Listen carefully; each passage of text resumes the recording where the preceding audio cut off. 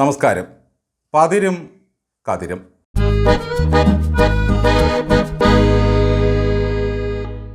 ഒരു ചെറിയ മരക്കുറ്റിയിൽ തുടങ്ങി തേക്കായും തോക്കായും വളർന്ന് ശുചിത്തിലൂടെ അജിത്തിലെത്തി വികസിച്ച് പകൽപൂരമായി കത്തിജ്വലിച്ച് ശശിയിലൂടെ ശശീന്ദ്രനിൽ എത്തി മൂക്കുകുത്തി വീണിരിക്കുകയാണ് മലമ്പൂരിക്കാൻ്റെ വിപ്ലവ നാൾവഴികൾ.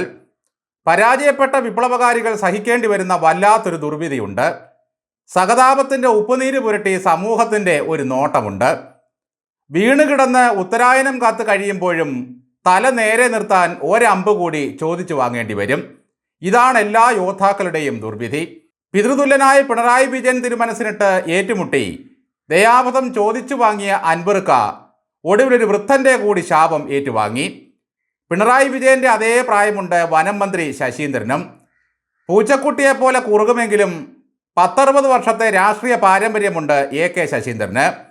ആ മനുഷ്യനെയാണ് വേദിയിലിരുത്തി വെറും 8 വർഷത്തെ രാഷ്ട്രീയ ഉപജാപ പരിചയം മാത്രമുള്ള ഈ MLA തേജോവധം ചെയ്തത്. K സുധാകരൻ വിചാരിച്ചിട്ട് വനം വകുപ്പിനെ നേരെയാക്കാൻ കഴിഞ്ഞിട്ടില്ല. പിന്നല്ലേ ഈ പാവം.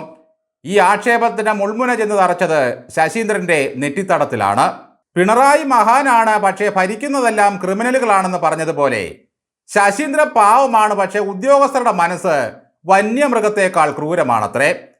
ഒരു മന്ത്രിയെ ഇരുത്തി വധിച്ചും ഉദ്യോഗസ്ഥരെ മൃഗങ്ങളാക്കിയും മതിവരാതെ അൻവർ മതമിളകിയ പോലെ ഫോറസ്റ്റ് ഉദ്യോഗസ്ഥരെ ചട്ടം പഠിപ്പിക്കാനായി പോവുകയാണ്. അവിടെയും പണി പാളി. ഉദ്യോഗസ്ഥരുടെ ബഹുമാനക്കുറവാണ് ഇപ്പോൾ അൻവർ നേരിടുന്ന വലിയ സ്വത്വ പ്രതിസന്ധി. ഭക്ഷണമില്ലാത്തത് കൊണ്ടാണ് ആനയും പുലിയും കാടിറങ്ങുന്നത് എന്നാണ് PV അൻവർ പറയുന്നത്. അത് വളരെ ശരിയാണ് താനും. ഈ അൻവർക്ക നേരിടുന്ന പ്രതിസന്ധിയും ഇതുതന്നെയാണ്. മലപ്പുറത്ത് ഇപ്പോൾ ആവശ്യത്തിന് ഭക്ഷ്യവസ്തുക്കൾ കിട്ടാനില്ല. കെട്ടിയ തടയണകളാണെങ്കിൽ പൊളിച്ചേ പറ്റൂ. അതുകൊണ്ടാണ് പാർട്ടി കെട്ടിയ ഫെൻസിങ്ങുകൾ തകർത്ത് വേലി ചാടി ഭക്ഷണം തേടുന്നത്. ആവശ്യത്തിനുള്ളതെല്ലാം നിലമ്പൂരിൽ കിട്ടിയാൽ മണ്ഡലത്തിൻ്റെ ഉള്ളിൽ തന്നെ കഴിഞ്ഞുകൂടിയേനെ. മഹാഭാരത യുദ്ധത്തിൽ പിതാവായ ഭീമനെ സഹായിക്കാനെത്തിയ ഘടോൽക്കജൻ്റെ അവസ്ഥയിലാണ് ഇപ്പോൾ നമ്മുടെ അൻവർ. കാടിളക്കി നീലമല പോലെയായിരുന്നു ഘടോൽക്കജൻ്റെ വരവ്. അവൻ കണ്ണിൽ കണ്ട കൗരവപ്പടയെ മുഴുവൻ കൊന്നൊടുക്കി. അഗ്നി പോലെ കൊടുങ്കാറ്റ് പോലെ അയാൾ പടർന്നു കയറി യുദ്ധം ചെയ്തു. ഒടുവിൽ കർണന് പുതിയ ആയുധമായ വേല് പ്രയോഗിക്കേണ്ടി വന്നു. ഘടോൽക്കജൻ വീണു. പാണ്ഡവരുടെ ദുഃഖം കണ്ടപ്പോൾ കൃഷ്ണൻ പറഞ്ഞു, ഭീമപുത്രനാണെങ്കിലും കാട്ടാളനാണ്, രാക്ഷസ പ്രകൃതി, യജ്ഞവിദ്വേഷി. ചത്തത് 2 നിലയ്ക്കും സൗകര്യമായി. അൻവർ പടനയിച്ചു വന്നപ്പോൾ പാർട്ടിയിലെ പാണിവാതകരും മാഗധരുമൊക്കെ ആർപ്പ് വിളിച്ച് പ്രോത്സാഹിപ്പിച്ചു. ഒടുവിൽ വീണുപോയപ്പോൾ രഹസ്യമായി പറയുകയാണ്, പോയത് നന്നായി. കമ്മ്യൂണിസ്റ്റുകാരനാണെങ്കിലും കോൺഗ്രസിൽ നിന്നും വന്നവനാണ്, സ്വഭാവശുദ്ധിയില്ല. ശശീന്ദ്രനെ വേദിയിലിരുത്തി അപമാനിച്ചു വിട്ടതോടെ ഇനി ഒരു മന്ത്രിയും ഈ MLA അധ്യക്ഷനാകുന്ന ഒരു പരിപാടിക്കും നിലമ്പൂരിലേക്ക് പോകില്ല. ബെല്ലും ബ്രേക്കും പോയ അവസ്ഥയിലാണ് ഇപ്പോൾ ഹിക്ക.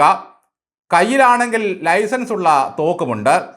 നിലമ്പൂരിലാണ് പ്രോഗ്രാം എന്ന് കേൾക്കുന്ന പാടെ ഇപ്പോൾ മന്ത്രിമാർ പറയുന്നത് അന്നെനിക്ക് പെടലിയുളുക്കാണെന്നും ജ്വരമായിരിക്കുമെന്നുമാണ്. അൻവർ എന്തു പറഞ്ഞാലും പാർട്ടി അംഗമല്ലാത്തതിനാൽ ഒരു മരുന്നും ഫലിക്കില്ല, ആർക്കും തടയാനുമാകില്ല.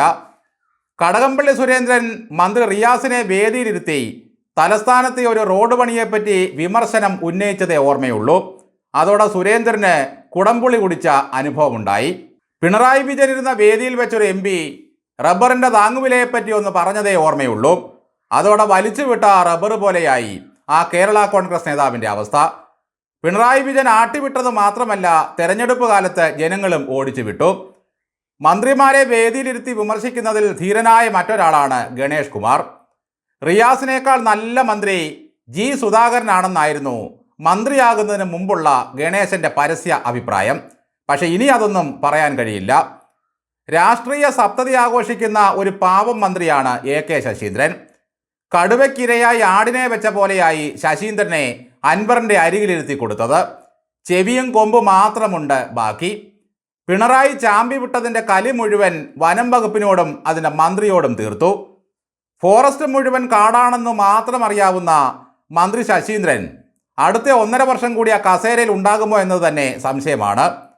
അടുത്ത നിയമസഭാ സമ്മേളനത്തിൽ താൻ ഉണ്ടാകുമോ അവിടെ എന്ന പേടിയിലാണ് അൻവർ. ചുരുക്കി പറഞ്ഞാൽ അവളെ പേടി ചാവഴിയാരും പോകില്ല എന്ന അവസ്ഥയിൽ അൻവറിനെ പേടിച്ച് ഇനി ആരും ഒരു മന്ത്രിയും നിലമ്പൂരിലേക്ക് പോകില്ല. മന്ത്രി ശിവൻകുട്ടിയെയും വാസവനെയും ഒക്കെ കയ്യിൽ കിട്ടിയാൽ ചവച്ചു തുപ്പിക്കളയും. അത്രയ്ക്ക് കലിപ്പുണ്ട് സഖാക്കളെ ഈ കലികാല കമ്മ്യൂണിസ്റ്റിന്.